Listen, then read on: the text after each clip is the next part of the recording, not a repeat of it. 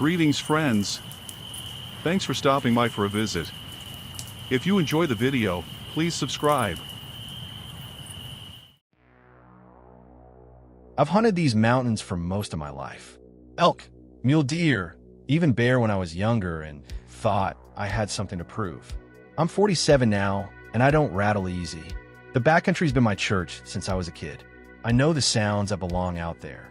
The crack of a branch, the far-off bugle of a bull elk, the way wind threads through pine needles. So when something doesn't fit, I notice. And this past season, something was off. I don't expect anyone to believe me, but I'll put it down anyway. Maybe it'll get it out of my head. I head out alone most years, early October, up near the Gallatin Range. Folks around here call it God's country. Miles of thick timber, steep draws, and lakes so still you can see the clouds drift across the water. You hike in far enough and you don't hear engines, don't see contrails. Just quiet, the kind that presses on your ears after a while. This year, I packed in Monday morning. Took my old Chevy up the logging road till it ended, then hiked another 5 miles with my pack and rifle. Weather was perfect, frost on the grass, breath fogging in the air, but clear skies. I set up camp beside a creek I've used plenty of times before. Flat spot, close enough to water, but not too close, sheltered by big spruce trees. I've always liked that spot. Never had issues. The first couple of days were normal. I glassed the ridges, found sign of a small herd moving through, and saw a good-sized bull track near the tree line. Spent most of Tuesday and Wednesday tracking, trying to pattern them. I didn't see anyone else out there, which isn't unusual that deep in. There's a stillness to those woods that most folks don't have the stomach for. But I like it, or I used to. It started Wednesday night. Second night at camp. I'd cooked up some beans, cleaned my rifle, and crawled in the tent around 10. Temperature dropped fast once the fire died down. I remember thinking how clear the stars looked, like someone had spilled salt across black velvet. Slept fine for a few hours, then woke up to what sounded like tapping. Not woodpeckers, not branches. Sharp, rhythmic. Tap, tap, tap. It was faint, coming from somewhere behind the tent, maybe near the creek. I figured it was a raccoon or porcupine messing with my cookware, so I unzipped the flap and listened. The fire was just coals now, throwing a bit of red light. I didn't see anything moving, but then I heard it again, soft laughter. High-pitched, like kids trying not to be caught. It drifted from the trees, then stopped dead. I waited, heart beating faster than I'd admit. Then nothing. Just the creek gurgling and the wind sighing through spruce boughs. I told myself I was hearing things. Long days, cold air, too much caffeine. I zipped back up, rolled over, and tried to sleep. But my mind kept running circles. I've been stalked by cougars before. You get a sixth sense when something's watching you.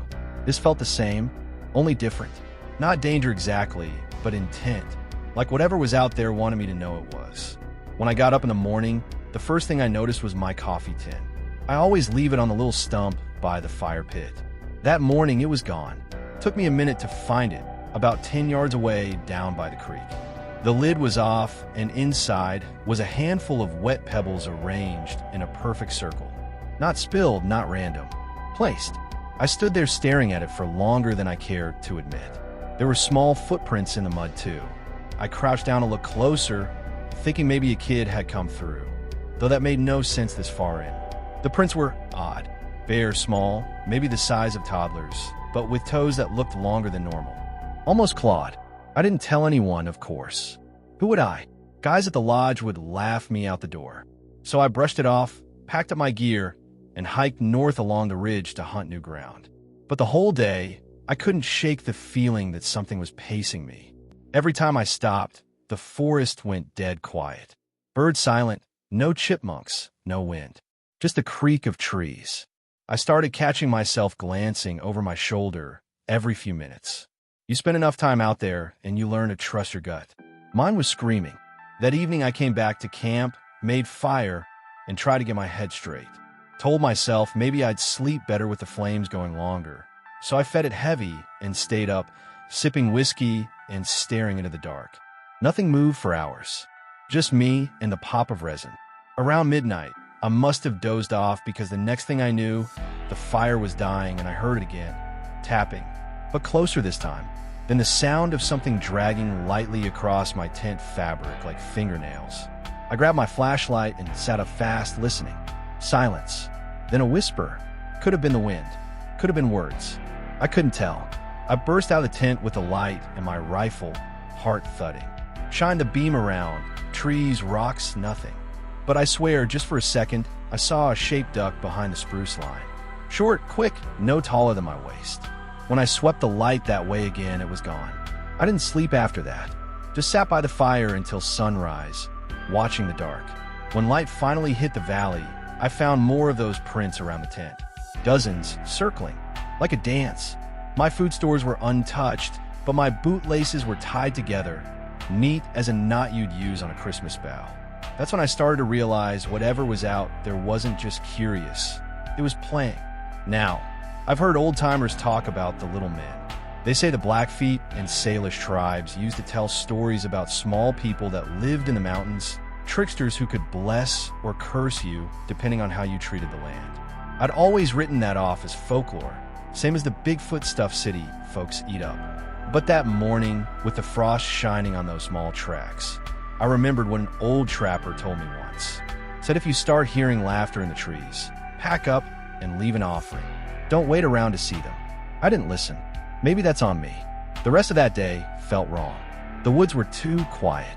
Every time I tried to call an elk or move through brush, it was like the forest was holding its breath. I kept catching flickers of movement in my periphery, something low to the ground darting between roots and rocks. I'd swing the rifle up, and there'd be nothing but ferns. At one point, I found a pile of stacked stones right in the middle of a game trail, about knee-high, balance perfect. No wind or animal could have made it. I knocked it over just to prove it wasn't sacred or whatever nonsense my brain was starting to suggest. When I came back that evening, the stack was rebuilt, this time with a dead chipmunk laid neatly on top. I know how that sounds. Believe me, I don't want to be writing this. I've seen what paranoia does to guys who spend too long in the bush. But that night sealed it. I moved camp after that second night. Packed quiet, didn't whistle, didn't mutter to myself like I usually do when I'm trying to keep nerves from chewing me up. Just rolled the tent, stowed the stove, checked my rifle twice, and started uphill. If you've ever tried to outrun a feeling, you know it doesn't work, but men do dumb things to feel like they're doing something. I told myself higher ground meant better sight lines, a touch more wind, fewer shadows pooling around the creek. I told myself whatever was down there would lose interest once I wasn't on its doorstep. The ridge I picked was an old burn scar from years back, which meant enough standing snags to creak in a good breeze, but open lanes between islands of thick, older timber that the fire spared. Moving through country like that is two different worlds, bright raw sun on one side, dim green hush on the other. A lot of animals like that edge. Hunters, too. I set up in the bright. I wasn't going to spend another night tucked under dark spruce where something could walk right up on me like it had. If you want exact times, I can't give them to you. Things go loose in the backcountry. Hours stretch or shrink based on hunger, how many ridgelines you cross, what you carry in your head. But I know I broke camp just after sunrise and had a new spot squared away by mid-morning. Tent pitched, a quick deadfall windbreak, pile dry wood under a ground sheet. I put coffee up and stood there with the first hot sip, telling myself it smelled like a reset. It didn't. I hiked light to scout that afternoon. Just rifle, water, a couple jerky sticks in my possibles bag. The plan was simple. Follow the faint trough of elk tracks I picked up yesterday along the contour, see where they cut into the timber, and mark a sit for evening. Wind was steady from the west, cold enough to bite once you stopped moving. I kept glancing back, not to check my trail, but because I'd gotten into the habit. Not paranoia, I don't think, just a man paying attention. It didn't take long for the signs to show up again. First was a pile of stones I'd swear I hadn't seen earlier, right at the V where two game trails met. Not just a stack, there was a shape to it this time, wider base curling into a spiral that rose to a little peak, like a snail shell done in granite and river rock. Small bones were tucked in here and there. Vertebrae strung like beads down one side. An iridescent beetle wing glinting where someone had wedged it between slate flakes. I stood above it, trying not to think, alter, and failing. I knocked over the stack yesterday, like a mule kicking a fence. I didn't touch this one. I stepped off the trail and gave it a wide berth, like you do with a rattlesnake you can't see, but sure as hell can hear. The second sign was sound. Not laughter this time, rustling. Not wind in branches, not squirrel chatter, not the low chatter of a small stream you haven't caught up to. This was close, ground level, like hands moving through loam and needles. Twice I dropped to a knee and scanned the brush. Both times I caught movement so small and quick, I almost convinced myself it was my eyes. A gray-green smudge flitting from the shadow of a root ball to a clump of huckleberry. It's the color that stuck with me. Wet stone and lichen, the kind of color that looks born to hide. I kept going because turning back didn't feel like an option. That's the thing no one tells you. Once you know something has a bead on you, turning your back takes a different kind of courage than pushing forward. You pick your poison. Mine was forward. Midday, I found a charm. There's a stand of old pines mid-slope, survivors from before the burn, thick-barked and tall as church steeples. Needles lay deep and springy under them, and the air goes quiet when you step in there, like a hand cupped over your ears. I was skirting their edge when I saw a shape swinging gently from a low branch. I thought bird nest first. Then the branch moved again, and I saw it was cordage, twisted something like sinew, maybe plant fiber, knotted around a figure. A doll. That's what it looked like from a couple paces off. Two sticks crossed and bound to make a body. Another looped at the top for a head. Dressed, if you can call it that, in a shabby skirt of moss and shed bark. The face, God help me. The face was a tuft of something pale. Hair? I don't want to say hair. Animal was my brain's first gift of an excuse. Then another part of me quietly said no. It had the color human hair gets when it spends a winter sun-bleached on a fence post. I told myself horsehair from a pack string, and I kept telling myself that while I took my knife and cut the thing free because I didn't want it there anymore. It weighed nothing. It felt wrong. When I dropped it, it didn't fall like something that light should. It sort of settled, and when it touched the ground, the pine needles nearby twitched like something breathing. I know how that sounds. I'm telling it straight. I left the doll on the ground and stepped back into the sun because it felt like a curtain had been pressed to my face in that stand. Light hit me, and I breathed easier. I picked up the trail again, and right then I decided if the elk crossed into that old timber, I'd find another herd. Fine by me. I've walked away from plenty of deer into plenty of empty country just to avoid feeding a grizzly's curiosity. Nothing out there is worth my life. Not a bull, not a monster rack, nothing. You learn the shape of a bad idea after long enough. That stand had the outline of one, except that I didn't leave it alone. That's the part one keep chewing. Why didn't I? Why did I let curiosity and some dumb masculine pride pull me 10 minutes deeper where signs got stranger and the hush went so deep even my breath felt loud? If you want a moral, I don't have one. I went because my feet kept going. The hollow found me before I found it. I say that because the smell hit me first.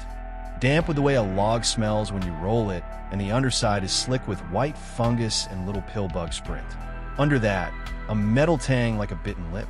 Under that, something sweet and rotten like old fruit left in a pocket. If you're a hunter, you know the smell of old blood and new rot. This was kin to it, but tidier? That's a stupid word for a smell, but there it is. It reminded me of a place with rules. A place someone maintains. The tree was older than the others, a monster pine that lightning had opened years ago. The trunk looked like a whale's mouth yawning. The interior blackened and hollow from rot and fire. Big enough you could stand inside if you weren't superstitious or bright. I am both, but I stepped close anyway because the ground around the trunk was swept clean. I mean that literally. Pine needles and cones stopped in a line around the base like someone raked them into a perfect ring. The earth inside that ring was bare, dark, tamped flat by many small feet. I stood at the edge of that circle and did not step in. I may be a fool, but I'm not suicidal. You remember that old trapper I mentioned, the one who talked about little men? He said offerings. He said, don't wait around to see them. He said, leave something and back out. I had jerky and a quartered apple and a pinch of chew in a tin. I took the apple. I cut the quarter into 2, then 4, then 8 with my knife, small pieces like for a kid. I don't know why. I just did. I set the slices just outside the swept ring. I stood there like a supplicant, palms sweating in the cold. The interior of that hollow tree, bones for one, not a pile like I saw by the stacked stones, but an order to them. Wings laid open like petals, bird bones hinged into little arches, rib cages that had been threaded with cord and hung, so they made those strange windlass mobiles you see in seaside craft shops. Shiny things, too. Bits of glass, milky quartz, and a metal pull tab from a beer can polished by someone's thumb until it gleamed like coin. And faces, God, the faces. Little flat pieces of wood carved with features. 2 gouged circles for eyes, a notch for a mouth. None bigger than my palm. Propped against the inner curve like a congregation, all staring out of that black. Some had hair glued on with sap, deer fur, coyote, and one with a sprig of bright red thread for a top knot that made my stomach roll. There were more of the twig dolls, too. Dozens. Some hanging by their necks from thin cords. Some standing in a neat row on the dirt, facing me like they'd been set up for inspection. Each had its arms tied a little differently. Some had needles of pine thrust through their middles like pins through insects. I don't know why that was the detail that made me step back, but it was. I should have left then. I know that. I felt the urge to turn around, gentle as the hand of an old friend guiding me away. Instead, I said out loud, because talking to something you can't see is what rational men do, apparently. I don't mean any trouble. My voice sounded too big. It boomed in the hush and echoed in the hollow. Something small scurried from the blackness deep inside the trunk. You know the sound of fingers on bark? That quick patter? It was that times 10. I didn't run. I stood very still, the way you do when bees start swarming and you don't know where the queen is. After maybe a breath, maybe 5, I heard a different sound. Not scurrying, but a tap, tap, tap on the inside of the trunk, followed by a soft scrape like something dragging the back of a knife across wood. A figure moved in there. I didn't see it then. I saw its shadow fold and shift against the carved faces, small, low, long-armed for its height. Then the tapping came again, and a whisper seeped out of that hollow that wasn't in words I knew. It felt like words. It felt like a string of sounds strung on a line that my ear wanted to read, but any meaning slid off them like rain off oiled cloth. I backed away until my boot hit something that shouldn't have been where it was. I looked down. My possible's bag. I'd slung it crossbody like I always do. It wasn't on me. It lay at my heel, open, everything inside arranged in a pattern. Cord coiled into spirals, my lighter set dead center, flint shaved into a crescent of tiny chips around it like a moon. My stomach turned to water. I looked up, reflex pulling my rifle into my shoulder, finger indexing the guard. And that's when I saw one. It stood at the lip of the hollow, backlit by the dark behind it, so details came in pieces. Height, maybe 2 feet, maybe a hair more. Broad in the head, narrow in the shoulders, belly the roundness of a toddler, but the legs too long in proportion, knobby at the knees. The skin, or whatever you want to call the surface, was the color of bark left wet. It had a texture like lichen, patches of pale gray on darker gray, a fractal pattern that made it hard to hold your focus on. The hair? You know that moss that hangs in old trees, the kind people call old man's beard? That. It draped from its scalp and chin in dangling lengths that stirred when it breathed. The face. I don't have good words for the face. It was both too flat and too pointed. The eyes were big, set deeply under a shelf of brow that was more ridge than bone. They caught light, not like an animal's eye shine, but like polished stone. The mouth was a thin seam with teeth set close as seeds. When it smiled, because it did, the seam split just enough to show thin, sharp things the length of my little fingernail. It looked at me the way a crow looks at a coin. Interested, measuring, not impressed. Another one leaned into view beside it. Then one more lower down, peering from the ground in front of the hollow like a kid stealing looks from behind a parent's leg. I counted without meaning to. 4, 5, 7. They moved so lightly the pine duff didn't crunch under them. Each occupied a different stillness, if that makes any sense, frozen, cocked, studying. And then, all together, they blinked. Not normal blinks, too slow like lizards. The hair on my arms prickled. My gun felt obscene. Not because it wouldn't be useful. I didn't know if it would. Because pointing a .30-06 at a ring of small things that felt more like old neighbors than animals made me into something I didn't want to be.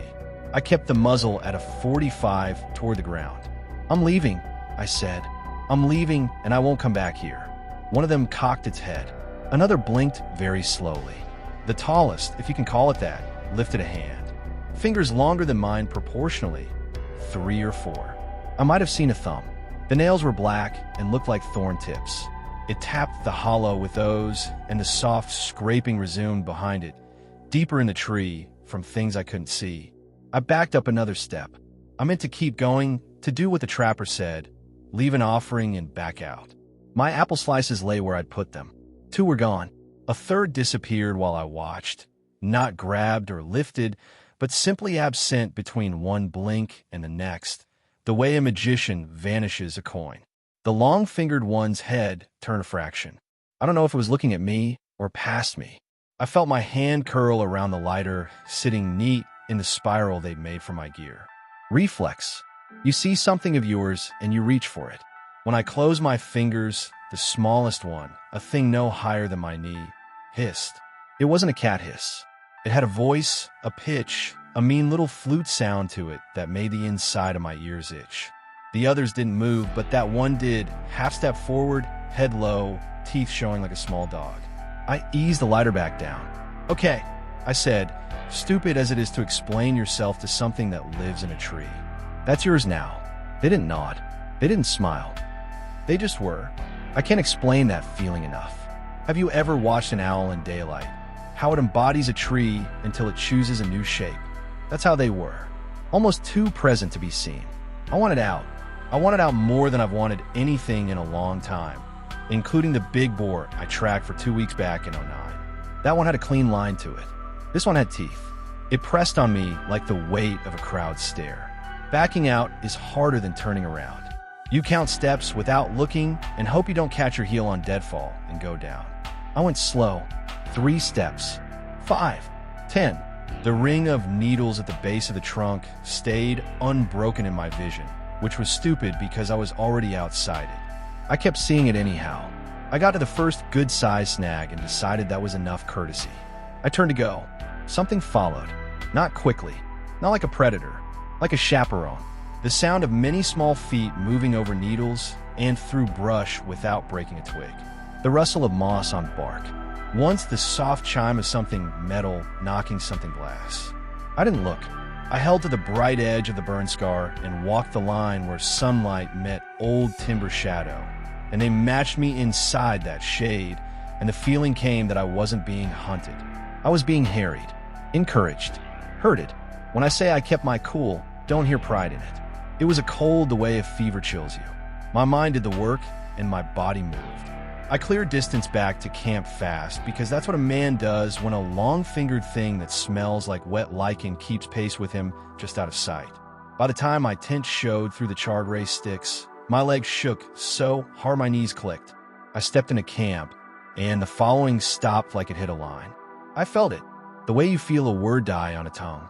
The ridge had wind, faint but constant, and the snags talked quietly with it, and I hadn't realized how much I missed that small, ordinary noise until it came back. I breathed like a man who'd been underwater. I wish I could say that was the end of the day's strangeness. It wasn't. The first thing I saw was my tent zipper pulled up 3 inches. I hadn't left it like that. My cook kit sat out where I'd left it, but the items were all rearranged, not in chaos. Pattern again. Stacking. Sorting. The lid of the pot leaned against the pot at a precise angle, edge to edge like a compass had set it. My spoon balanced across the rim, not flat, but canted so it shouldn't have stayed. The handle pointed dead north. I checked with the little button compass clipped to my pack and hated that it agreed. Inside the tent, nothing missing, everything touched. My spare socks stacked in a tower toe to heel, like a found object sculpture. My sleeping bag unzipped and rolled out flat, then rolled back up, not the way I do it tighter meaner. The note I keep in my first aid kit with emergency contacts, ex-wife, brother, the lodge owner, sat on my pillow unfolded. Little smudges dotted the paper, where fingers had pressed too hard. My name had been circled in dirt. Not written. Circled, like a kid drawing a loop with a finger. I went out and built the fire too large because I needed the sound. I needed the flare, the normal hiss and crack of sap.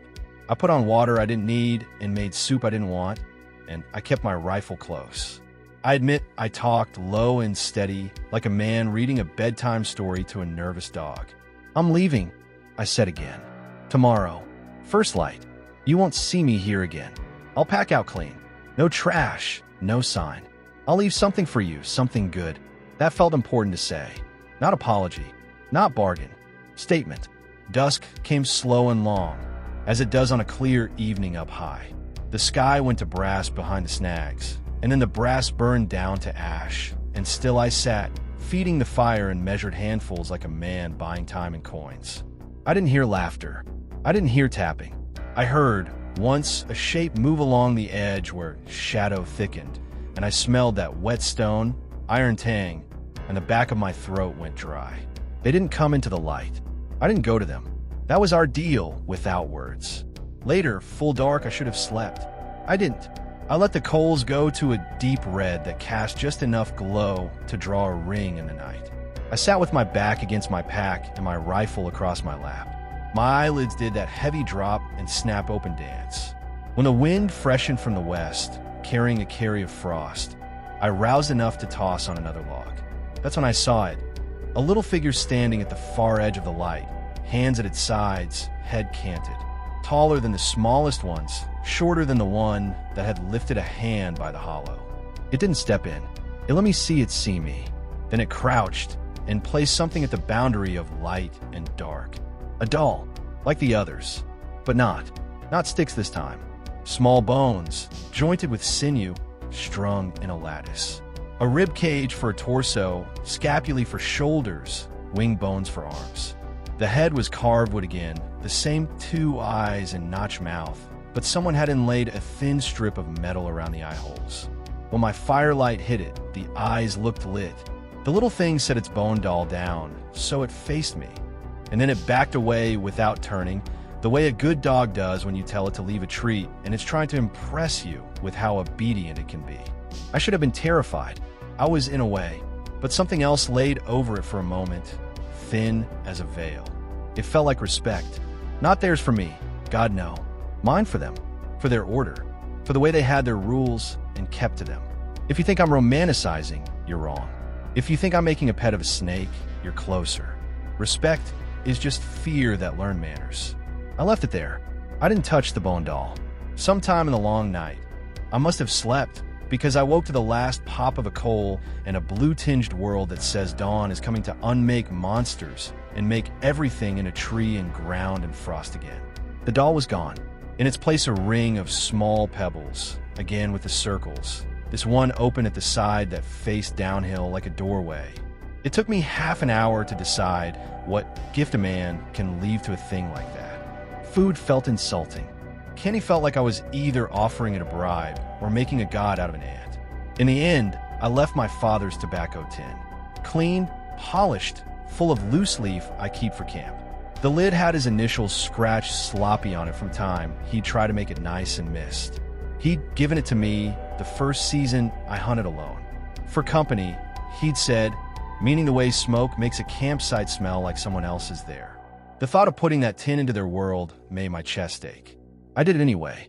I set it at the edge of camp where their night figure had stood. I said, for the old men, because my mouth moved and those were the words it made. I broke camp after that with motions that were more crisp than careful. Once I shouldered my pack, I looked back exactly once. Not at the tin, at the line where shadow started in the old burn. Maybe you expect faces lined there, glowing eyes, teeth like thorns, a crowd. No, there was nothing but shade. The wind had shifted a little southerly, and it brought me the faintest trace of moss and iron. It smelled like a closed door. I made decent time down off the ridge and into the gully that would lead me toward the logging road. I had half a mind to skip the elk, skip the week, skip the whole season and call it a loss chalked against pride. But another half, stubborn as a mule in August, nudged me along the long way, so I could avoid the creek camp where this had started. No sense angling back through where they'd toyed with me. No sense tempting a thing that has patience and rules and hands that know how to tie a bow in a bootlace. The forest felt normal by late morning. Squirrels scolded. A woodpecker hammered something rotten into sawdust. Jays carried on like drunk uncles. I stopped and drank from a side, trickle off the main stream, and let the cold water punish the soft in me.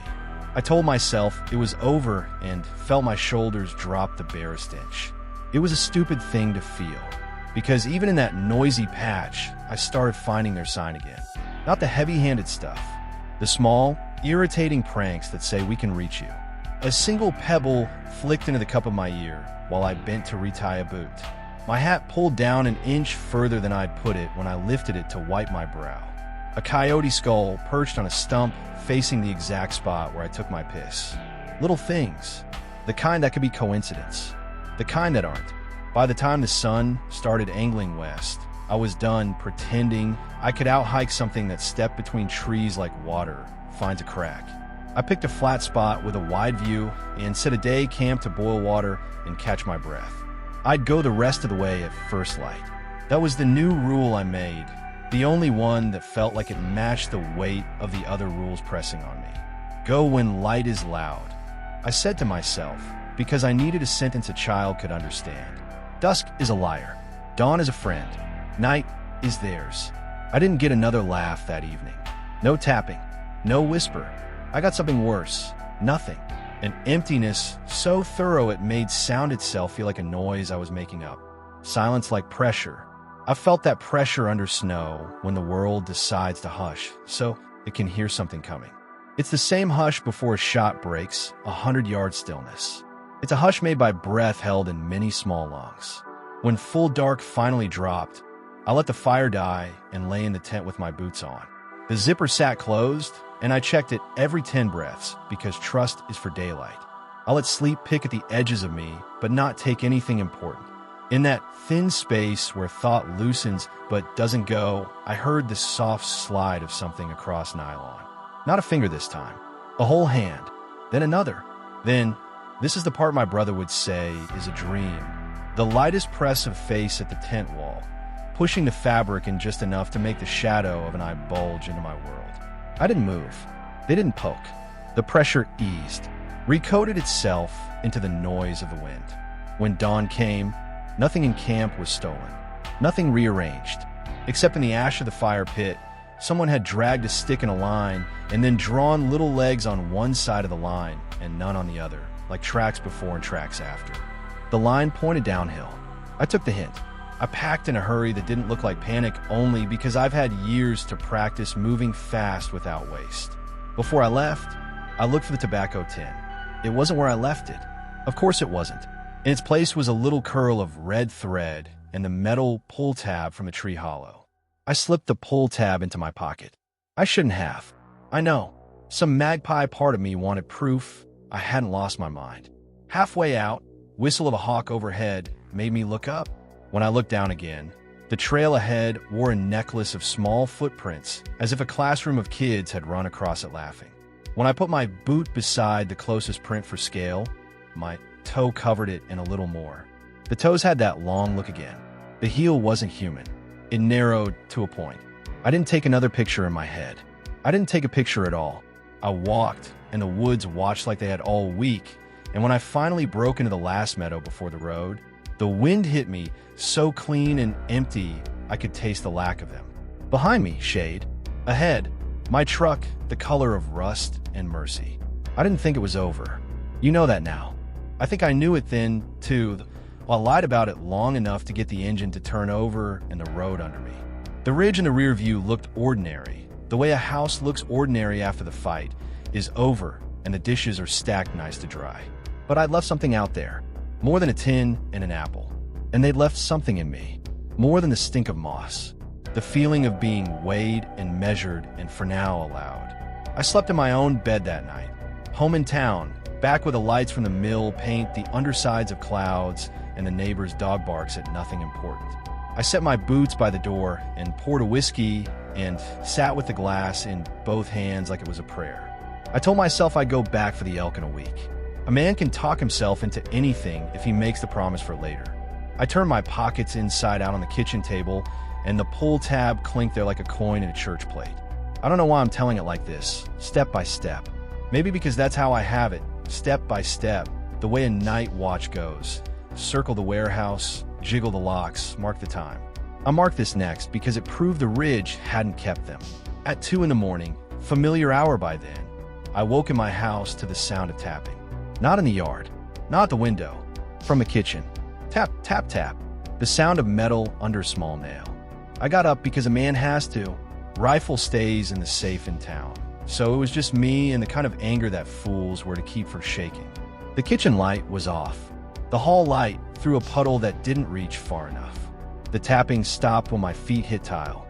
I stood there listening to the old clock tick. The neighbor's heating unit kick on. My own breath. On the table, my pocket dump lay as I'd left it. Keys, wallet, phone, pull tab. Except the pull tab wasn't where I'd left it. It was 6 inches to the left. A line of sugar grains from the bowl traced a circle around it. Not perfect, but close.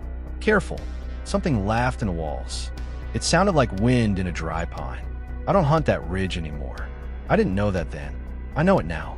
And if you think this is all some big story spun by a man who spent too many nights in silent woods and let the quiet seep into his bones, well, I hope you keep that certainty close. I hope it warms you when the house goes too still and you hear tapping where there shouldn't be any. I hope, when you do, you remember to say you're leaving, and you hope they let you. Because they don't have to.